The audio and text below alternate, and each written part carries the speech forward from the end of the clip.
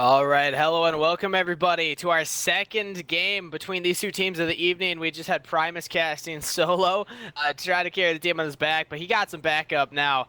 I'm Steve Sir Bucket King is joined by the one and only J Force. How you doing today, Sir Buttkick? I'm glad to be Oh, back casting the CLS. Did this all of last season, and it's a nice treat to be able to cast this again. oh yeah, absolutely. Nice to have it be my first cast. Yeah, get that one extra game tonight, and it looks like it's gonna be an exciting one. KLG versus RBT. Already some jungle bans and top bans coming out, and it's gonna continue. Kennen as well. So three top laners, two junglers. What do you think is going to be this next ban from KLG? It ends up Oh, being another jungle. the Ivern. So pinching the jungle pool, taking away Ivern and Zac, two of the strongest junglers right now. No surprise. As well as the Lee Sin on the other side. Top laners, Rumble, Galio, Kennen. These are no surprise bans right now. All very, very meta. First lock in. Going to be Elise, who I think is the strongest jungler right now. And Rebirth had a little bit of a crazy season last year. And I'm looking at these rosters, and they're definitely not the same. I remember Tier Wolf and Monteraya from last season. They were explosive in the jungle in the top lane. But the Rebirth roster seems to have changed quite a bit. Yeah, it's questionable letting that Elise get through. You mentioned such a strong jungler. Why ban out the Lee Sin but not follow up with the Elise? Actually, I mean, from KLG's side, they banned out the Ivern instead of the Elise. You got to think that is what RBT was planning, but they're able to get that kind of priority jungle pick, even though they don't have necessarily the same team composition or same roster that they did last. But hey, at least they have a good composition here. Varus, Tahm Kench, and Elise. Yeah, I really like that combination of picks. You need someone like Tahm Kench, a very protective support to keep the Varus alive. He's very, very squishy, and they already have ranged engage locked in with the Gragas. So if they have a game plan with the Varus that they want to go with, I think Tahm Kench is the ideal support to do so. They have a ton of pick potential in the Tahm Kench and the Varus and Elise. So definitely a pick composition starting to come forth here from Rebirth. Well, but look at KLG. They answer the Tahm Kench with the Thresh. Similar style of champion, you could say. He's not exactly the same level of protection. Tahm Kench sees the AD carry in trouble, just devours him, walks away. Well, Thresh can throw out that lantern. It's a little less reliable, but it can be used from a distance, which sometimes has advantages in itself, especially against a pick composition like the Elise. Varus may be catching out Monteraya, or Fix rather, out of position here on this Xayah. Keep in mind, though, Xayah also has a lot of good disengage, but we're seeing some more bans here. Kled to Leah. And now, potentially another mid laner. Yep, there's the Syndra. Yeah, I do like that. Like you stated, Xayah has a ton of ways to escape from, pick like a Cocoon because she has that Feather Storm available to her to send her invulnerable. So I do like the pick as an immediate response to the Elise. It warrants it at this point because of Elise being so strong. Syndra going to be that last band there from KLG, going to be followed up with the Graves. Interesting to see him taken off the board. I haven't seen too many Graves as of late. Aurelion Sol being hovered here. That would be an interesting lock-in. They're not gonna pull the Hui. Come on, yeah, No. it's Orianna. I don't think anybody in the world except for Hui and maybe Caps actually plays Aurelion Sol at a professional level. But you know what? Got me excited for a bit. But Orianna makes a lot of sense. It's a good combination with the Gragas. He's able to body slam in, have Orianna use that shockwave off of him. But you got to think what's going to be this jungler. They don't have as many options anymore. But Kha'Zix is still on the table. Really good combo with Orianna. She's gonna be playing into Ari though. Of course, you could flex the Gragas into the jungle. It's not super meta right now. We see Shen getting locked into the top lane. Not super meta right now. Gragas does well in the Shen, so I do anticipate it's going to be a jungle lock-in here for KLG. We're just going to be waiting to see which one that is going to be. And I like the Shen pick into Gragas. Like I said, Gragas does well in the Shen, but at this point, Shen, maybe not Galio, is the safest top. Besides, Galio is probably the safest top laner right now just because of how strong Doran's shield is. Ooh. And especially next pack, it's going to be that Nautilus locked in. So Whoa.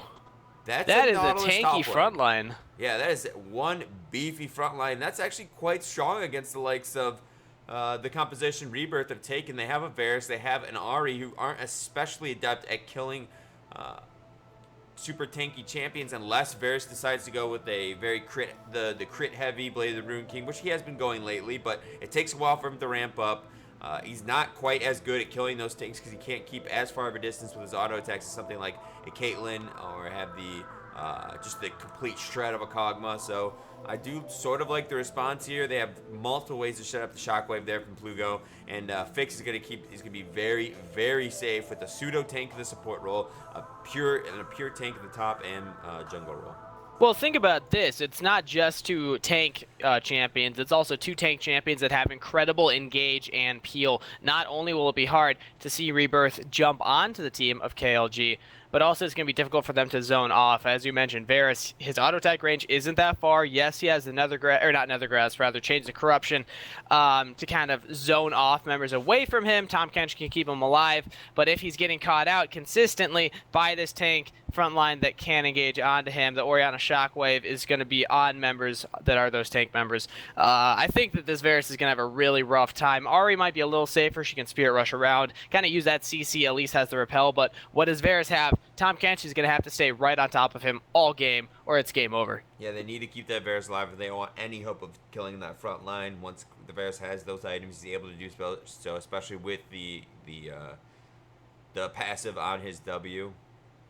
But if you are Rebirth here, it's going to be so difficult to execute your composition because your composition is built around getting picks, and they have those massive frontliners who it's not optimal to get picks onto them. It's going to take too long to kill. It's going to be very difficult to catch the Orianna in some type of CC, as well as keep her there when she has the Thresh to protect her, when she has the Nautilus to protect her, when she has a Gragas to protect her. So and she has Cleanse well to her name. The Xayah, of course, has that Feather Storm. Going to be so hard to get on these carries. It's going to be interesting to see if Rebirth is able to execute what I see as a much more difficult composition to run. Well, on the flip side, though, I think that they might just have the best support in the game for this kind of composition, though. They have the Tahm Kench, which can keep Varus alive for a time period. Keep in mind, once Devour's cooldown is up, Sora is going to be in a much more dangerous position, but if they can take care of Fix, take care of Plugo, that's all the damage away from KLG. Both of these teams have two primary damage dealers, but honestly, RBT, they also have Omnic on Elise, who does a little bit more damage than Gragas, at least in the earlier stages of the game. Yes, Gragas still does surprising amounts, but Elise, if she's able to pick up 1 or 2 AP items and then go tank, I honestly think that Rebirth could have an advantage at the early stages of the game. And you're mentioning if Varus can go into the late game, maybe they have a better advantage, but I think that that's where they lose because they only have the Varus to shred the tanks. Yeah, I completely agree with you that their late game is the worst one of the two. They're gonna need their late game's gonna. It's not gonna rely on their damage. It's gonna rely on how they set up wards here in the late game, and how they control the vision line and get these picks that their composition is made for. If they're not able to do so, they have a non-existent late game, with Varus being their only source of real damage to these tanks. So I completely agree with you there. It's going to come down to whether or not they can set up vision and get picks with this composition, with Chain of Corruption, with the Cocoon, with a taunt from the Shen, with a charm from the Ahri.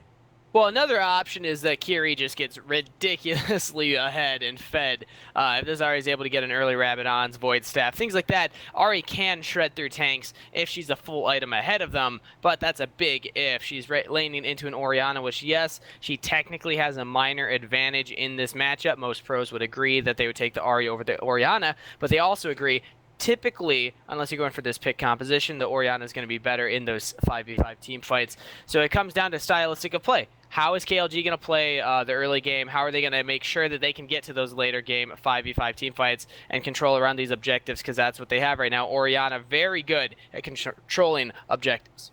Yeah, that Shockwave is an absolute monster in those Baron and Dragon pits. Going to shred through anyone who's standing in there.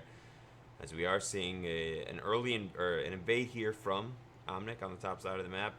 And this is something I've been seeing a lot of lately from Elise players that are starting on blue side. They do a full clear, or not a full clear. They clear half of their bot side and just the red buff, and then they immediately go to counter jungle. And it actually works most of the time, but here's engagement onto the bot side. Flash away from Codpiece. The Death Sentence lands. There's the gray health. Does he actually make it out? Heal coming in from Sora. That's 2 summoner spells. Bird from RBT. And they might actually get Sora now. He's a little too far forward, but Death Sentence not up. Yeah, so forced to burn that heal. Tahm Kench does flash as well. They keep It's an even summoner trade on both sides. The Ignite still available to the Tom Kench to set up a pick there as Tom Kench gets engaged Oh, on in the jungle. Cold piece getting fairly low. The Earwolf Gragas has double wants buffs right now. this. This looks He's like a jumping dead in. catfish. Flash forward, body slam is available. He waits to the last second to get it, and another auto secures the kill. Fitz actually completes that teleport. What are you doing this far down? You might get on a tier wolf, but you're losing so much topside. Slow is there as well. The flay gets Fitz off of Gragas, but tier wolf still goes down. That was a lot more damage than I expected coming in from the Shen. So maybe the teleport ended up being worth it in the end. They answer kill 1 for 1, but they give up that first blood. And now look at how far the Shen is going to be behind in top lane. He's getting shoved, and he can't even back. Yeah, gotta stop that back. That's a nice play there from the bot lane of KLG to make sure he's not able to catch that massive minion wave. Like you said, Shen is gonna fall a little bit far behind. He does pick up that kill. And of course, Shen damage is actually very, very high in the early game. A lot of people don't expect the damage coming up from Shen. Here's that replay though, as we see Gragas go over the top. Tom Kench was walking into the Krugs for some reason. I don't know. What was the point of that? Yeah, I think he was trying to put a ward of the wall at the time that Gragas went over it. It's just unfortunate that it happened at the same exact instance. Tier Wolf going to pick that up. Taking a tower shot, though, gets him fairly low. Shen comes in with that taunt. Going to be able to pick up the kill, but he does get stopped on his back, so he's going to be behind in experience. At level 6, though, they'll still have they'll be equal global footing, as Fitz will have that ultimate available to him, but Mataraya should have that advantage here for a little bit longer, as Fitz is behind in XP. Yeah, full level behind, as well as a good chunk of gold. Yeah, he picked up a kill.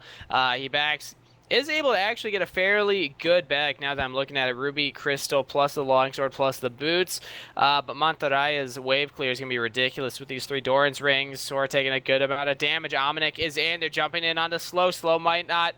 He doesn't have flash available, but heal is there from Fix. Teleport's coming down. There's the Devour coming in from Codpiece, but there's so many members around. Sora's able to get out, but Codpiece just can't find the way out of this fight. Ignite is down onto Fix. Can they get the Xayah?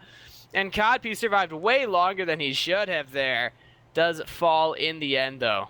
Yeah, Codpiece was gonna end up falling there regardless. So the fact that he was able to get that heal out of the Xayah is a worth trade for him. He did a nice job of playing that one out and surviving as long as possible, doing his DPS onto the support. But here we see that play getting set up here. Elise comes in with the cocoon and whiffs it pretty bad, but they still end up engaging on a slow. Literally, they know that Gragas was waiting in the wings, though, to make a play here. The hook lands onto the AD carry.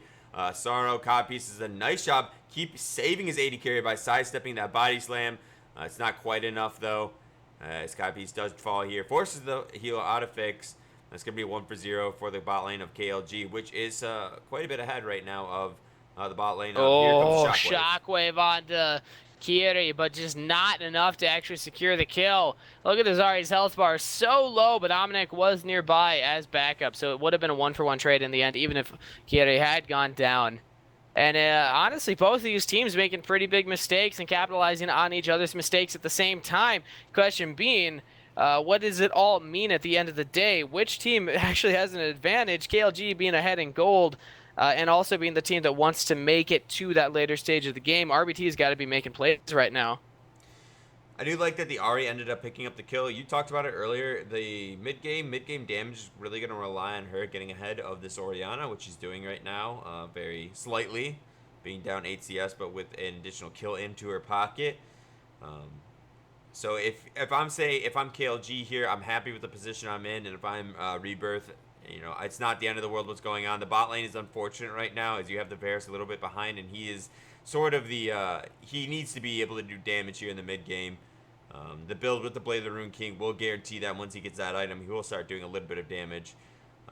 It's going to be about how they set up this dragon here coming in the next. The Wind Dragon is going to be strong for both these teams because Rebirth wants it, and KLG wants to take it away. The additional move speed is critical for a pick composition. And, of course, KLG understanding that's going to want to take that away from him.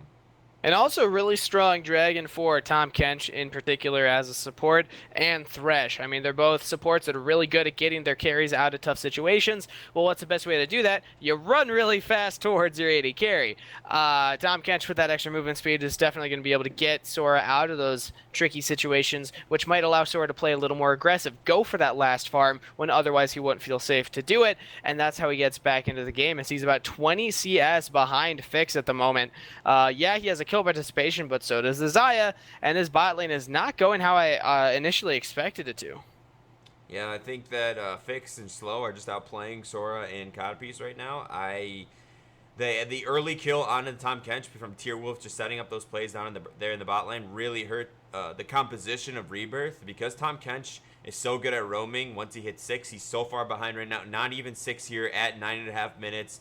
And so he doesn't have that pressure on the map, how you set up dragons by setting up a pick in the mid lane with the Tom Kench ultimates, or setting him up in the top lane, which frees up Shen to use Stand United in the bot lane. So they're not able to use the strengths of their composition because of that early Wolf kill. with the lane yank, flash flay coming in from Slow, but the explosive cast just knocks away the two members that they're trying to catch out. That was almost a beautiful play. If the cast had knocked Sora and Cold Peas back, I think that absolutely would have been at least one kill.